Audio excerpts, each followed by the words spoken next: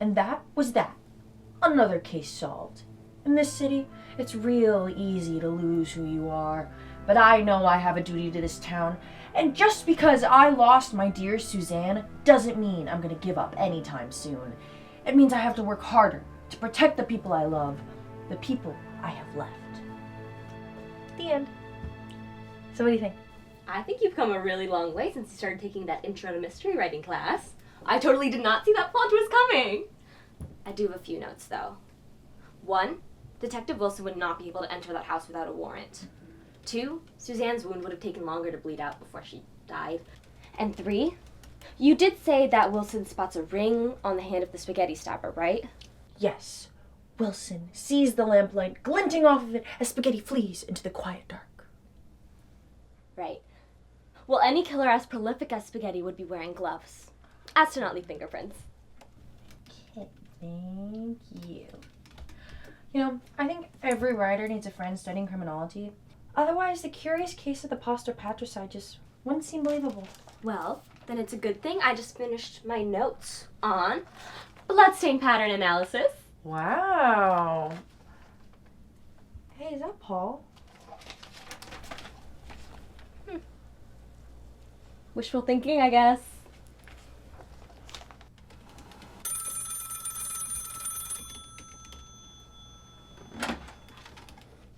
Douchebag Hotline, this is Sloan. You. No, jeez. Call a gynecologist. We should change the name. For the last time, we're not changing it. Listen, if this is a prank call... Is this the Douchebag Hotline? Yes, this is Sloan speaking. How may we help you? I have something that needs investigating. A guy that needs investigating, you guys do that, right? Yes, ma'am. You slam him and we'll toss him in the slammer. Okay. I've been seeing this guy for a couple weeks now, and when it's just the two of us, he seems really, really sweet, but he has a bit of a reputation for being a bit of a player, so I guess I'm just worried he might be going behind my back or something. First and last? Paul Simons. It's Paul. He has a new victim. Holy shit! If you wanna be my lover, you have got to be.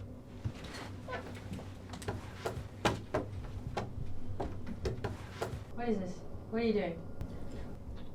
I wanted to do a dramatic turn in the chair when you came in, but it went too far.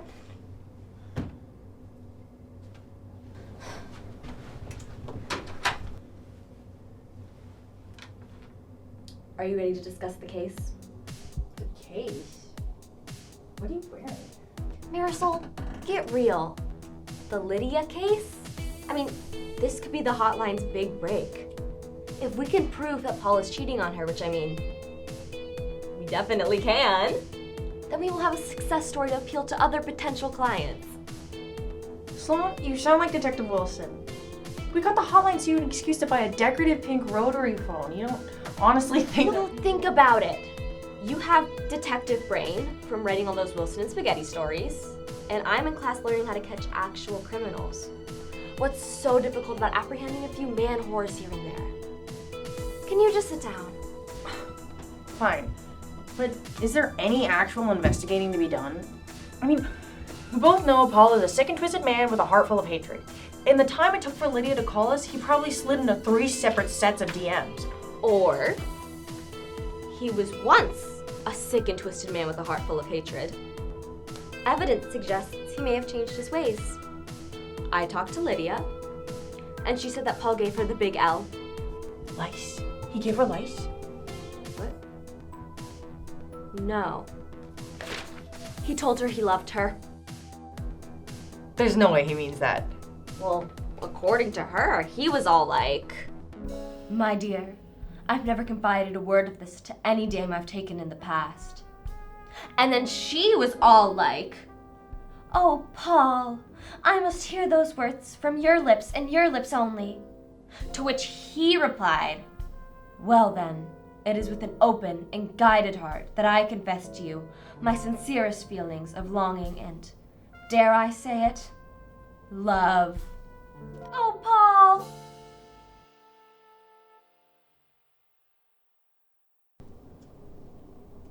That can't possibly be how it happened. Well, I mean, I may have taken some creative liberties, but that's why we need to figure out how someone could do such a moral 180 in such a short period of time. Or we need to save poor, sweet Lydia before Paul ruins her life. Or before he gives her lice. What's with the lice? Paul gave me lice when we were together. It's part of the reason I hate him so much. Okay. Well, Lydia did say she would pay us, and she seemed pretty willing to fork over some cash if we can give her an answer as to whether or not Paul is cheating. So if we can focus and solve this case, we can get you all the lice or lice treatment or whatever. Okay, let's do this. See anything yet? No. What's he reading? It looks like the Bible. No way.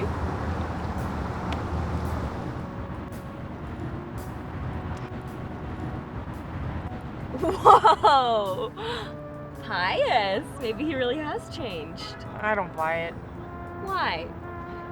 The only time assholes like that change is when they're getting ready in the morning and going to bed at night. Oh! Like clothes. Arthur? Hey, Sloan. Hi, Arthur. Have you finished that essay for Professor Son's class yet? No, not yet. If you want, maybe we could, work on it together. Why are you brushing your hair?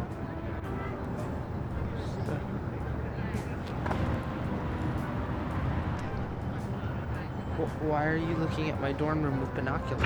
It's not your dorm room with your whorish roommates. We're spying on Paul. It's a whole thing. It's for the hotline? The Dickbag Dickbag Hotline? Douchebag. Douchebag Hotline. Maybe Dickbag would work better. We're not changing it. Well, it's Thursday, so, Paul's, probably getting ready to go to his, group meditation class. If you guys wanna go on upstairs and look for clues together. We're not going to Paul's. It's like I can smell the herpes wafting off the walls. He didn't give anyone herpes. I think it was crabs. Can we look around? Yeah, go crazy. Not too crazy though, because Paul already kind of hates my guts. So just keep it chill.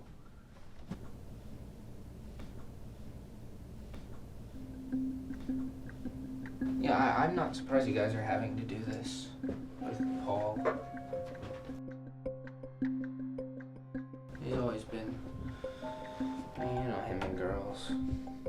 It was really bad at the start of the semester. Wait, you like watch Paul bring in girls? Yeah. No. Yeah, that sounds weirder than it is. No, I just,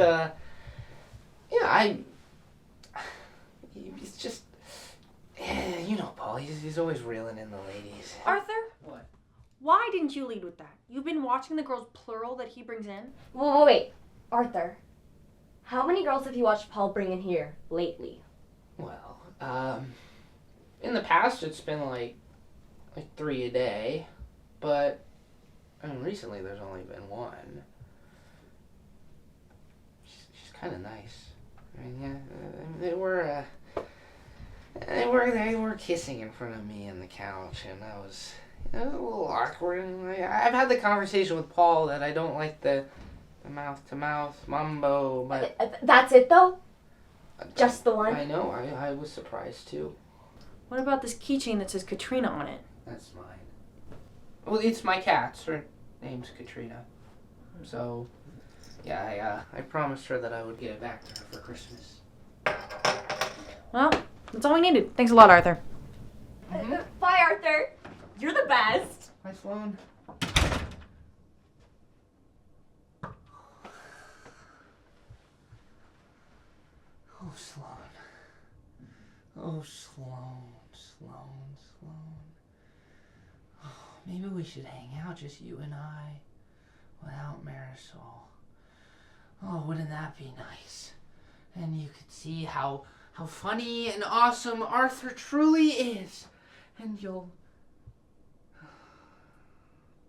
I'm stupid, Arthur. I'm fucking stupid. Oh. She'll never love me. So, as you can see, our findings really do indicate that Paul is loyal to you and only you. Thank you guys. This is such a relief you don't even know. I mean, you guys are really doing the work that needs to be done for like feminism. We know. Yeah. And to think that I was so paranoid about silly little everyday things like never having met his friends or like never seeing his room. Like, what a ridiculous thing to stress about, right? Right? I'll tell her. Lydia, what you just said actually confirmed that we were wrong. Paul is definitely, for sure, seeing someone on the reg, but it's not you. Wait, what? We have it on good intel that he was in his room yesterday with a girl. We assumed it was you, but obviously not. He's kind of the worst. How would you know? We both have our own experiences with him. He's like the original douchebag, kind of the reason we have this whole agency thing going. Well, why wouldn't you just tell me that in the first place? I wanted to assume he changed too, but he didn't, and he never will. That slut. Okay, I get it.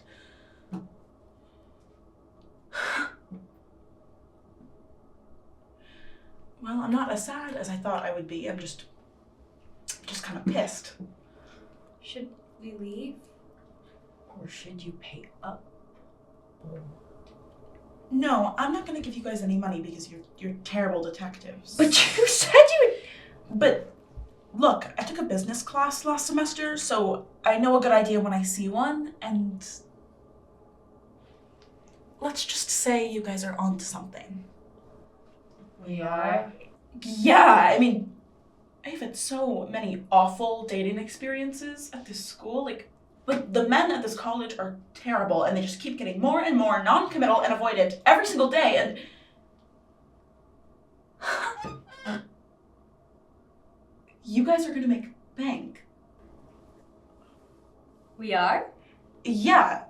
So I want to invest. Invest? Like Shark Tank?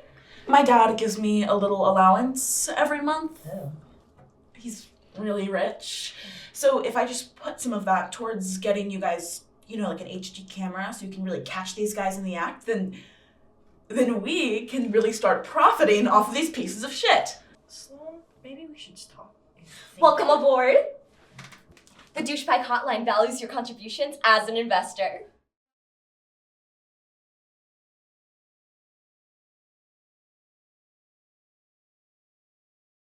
Thanks for a great night, baby. Of course, schmookums. Sleep good tonight. I love you.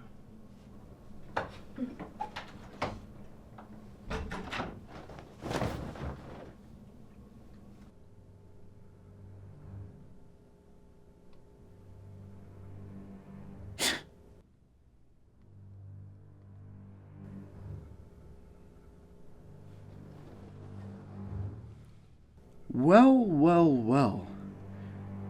The Douchebag Hotline? Do they really think this little scheme is gonna stop me? I'm unstoppable. I'm gonna live forever. I'm gonna fuck forever! Mwah!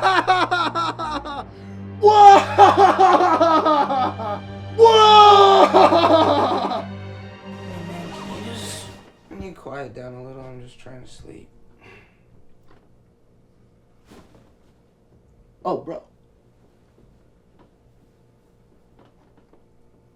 I'm so sorry, bro. Please. No, you're good. I love you. I love you too.